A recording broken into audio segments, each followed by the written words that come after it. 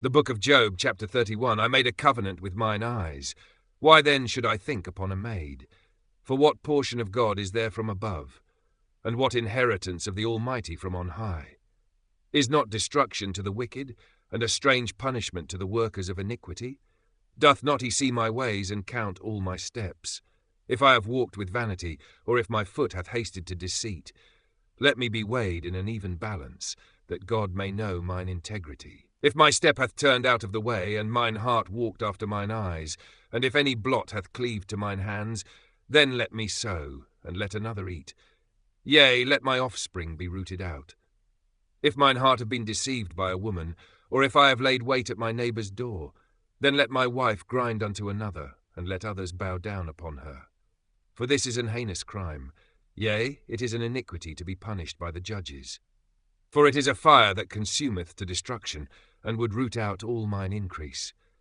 If I did despise the cause of my manservant or of my maidservant, when they contended with me, what then shall I do when God riseth up? And when he visiteth, what shall I answer him? Did not he that made me in the womb make him?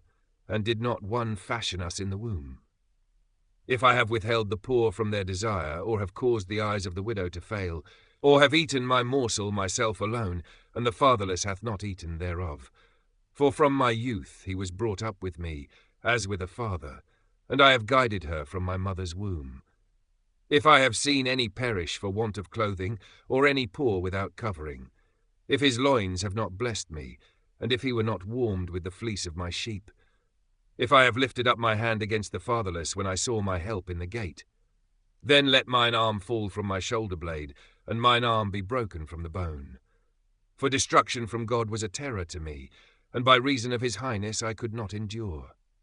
If I have made gold my hope, or have said to the fine gold, Thou art my confidence. If I rejoiced because my wealth was great, and because mine hand had gotten much.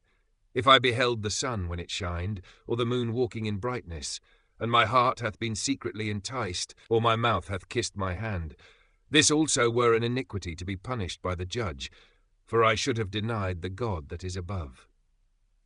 If I rejoiced at the destruction of him that hated me, or lifted up myself when evil found him, neither have I suffered my mouth to sin by wishing a curse to his soul.